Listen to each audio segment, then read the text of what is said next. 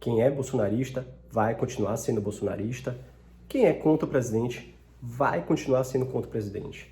A divulgação do vídeo da reunião ministerial do dia 22 de abril, citada pelo ex-ministro da Justiça, Sérgio Moro, como prova cabal de que o presidente tentou interferir, sim, na Polícia Federal, nada vai mudar na opinião desses dois grupos. Até porque os principais trechos de fala do presidente já haviam sido divulgados. Sim, aqueles trechos que ele fala da segurança no Rio de Janeiro, aquele trecho que ele fala da família dele, são os principais trechos que interessam para prova ou não de uma suposta interferência na Polícia Federal. Os demais trechos do xingamento dele, de armar o povo, não vai mudar em nada a opinião dos bolsonaristas, nem a opinião de quem é contra ele. Pelo contrário, quem é bolsonarista vai ser mais ainda, porque era justamente o que o Bolsonaro pregava nas eleições de 2018. O armamento, a defesa da liberdade econômica, esses pontos, e ele ressaltou nessa reunião. Já quem é contra o Bolsonaro vai ser mais contra ainda, vai falar que houve prova que ele interferiu na PF, vai falar que ele está tentando dar arma a milicianos, etc. Tudo como antes no quartel de Abrantes. Nada vai mudar em relação à opinião pública, mas o que pode ser utilizado no inquérito e para eventual processo. A fala dele da segurança.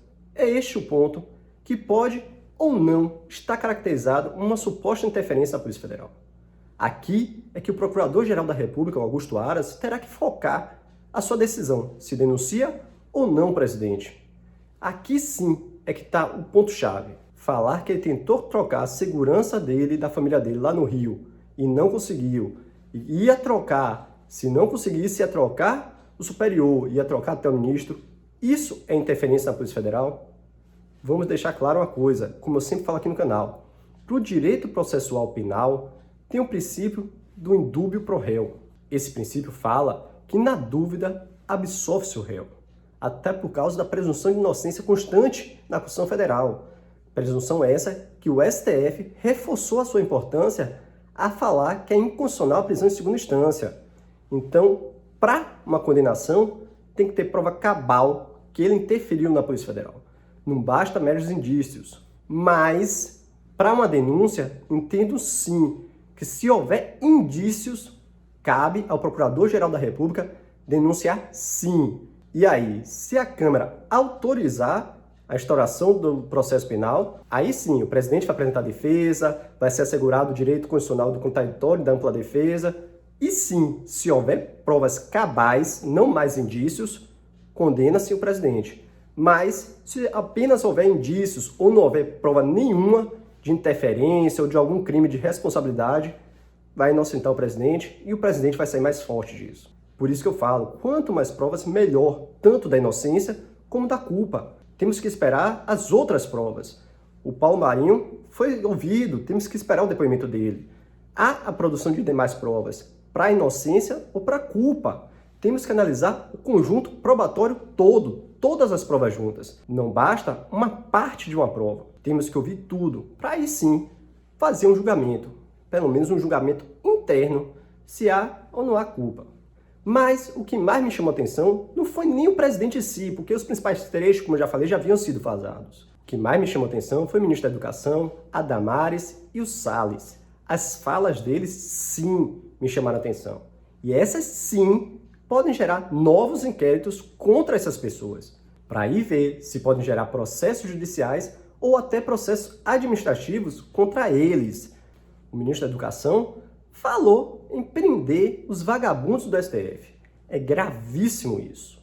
Já a Damares falou em prender os governadores, porque os governadores estão aplicando a quarentena, em que pese o governo federal não apoiar a quarentena. Mas essa aplicação tem respaldo do STF. O STF decidiu que estados e municípios podem sim regulamentar a quarentena nas suas localidades, nas suas regiões. Então eles só estão aplicando a decisão do STF. E aí vem o Salles e fala que devemos aproveitar a pandemia, o Covid, essa distração, entre aspas, para começar a passar normas de flexibilização, normas infraconstitucionais que permitam flexibilizações, moderações em pontos relativos ao meio ambiente, direito agrícola, agrário, agropecuário.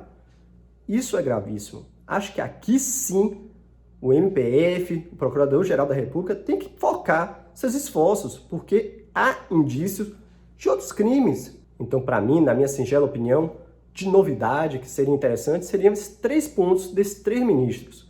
Tem que se verificar essa fala, tem que analisar para verificar se houve ou não houve crime nessas falas. Mas voltando ao que era antes, ao do Bolsonaro em si, antes dessa divulgação, a Bolsa de Valores valorizou face à reunião do Bolsonaro com seus governadores.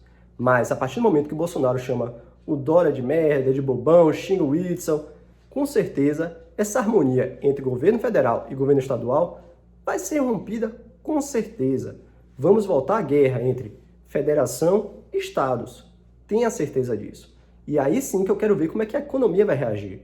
Porque a Bolsa de sexta-feira fechou com melhoras. Uma melhora não tão significativa, mas sim, é uma melhora. Qualquer melhora na economia temos que comemorar. Mas a melhora foi face a essa união entre Estado e governo.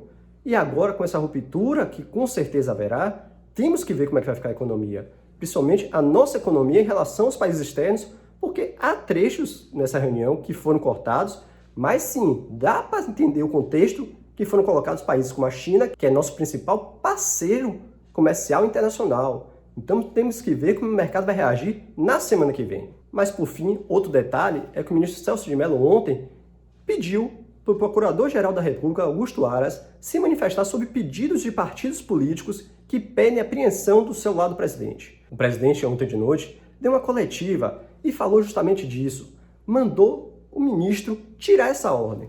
Mas, na verdade, não há ordem e não partiu do Supremo Tribunal Federal, muito menos do ministro Celso de Mello. Na verdade, partidos políticos ingressaram no Supremo Tribunal Federal pedindo isso.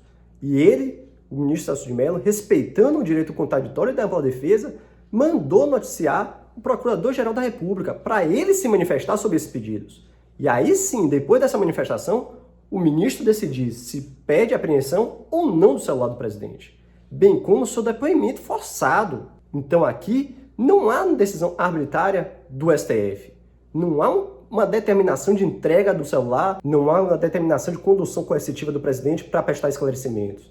Não, pelo contrário, há sim um respeito ao contraditório e à ampla defesa, mandando o Procurador-Geral da República se manifestar sobre pedidos. Sim, se houve um pedido, a outra parte tem que ser ouvida. Isso é processo. Esse é o respeito ao devido processo legal constante no artigo 5º da nossa Constituição. Então tá tudo constitucional, tudo legal. Depois de ouvir o Procurador-Geral da República, é sim que o ministro vai tomar uma decisão. E eu acho que ele só vai tomar uma decisão pedindo uma condução coercitiva do presidente ou apreensão do seu celular em última instância. Nesse momento, acho muito difícil determinar isso. Mas essa é só minha singela opinião. Para mais vídeos, se inscreve no canal, aqui é vídeo todo dia. Se você gostou, deixe seu like, compartilhe esse vídeo, por favor, ajude o nosso canal a crescer. E não se esqueça, assista esse vídeo aqui, e até o próximo vídeo.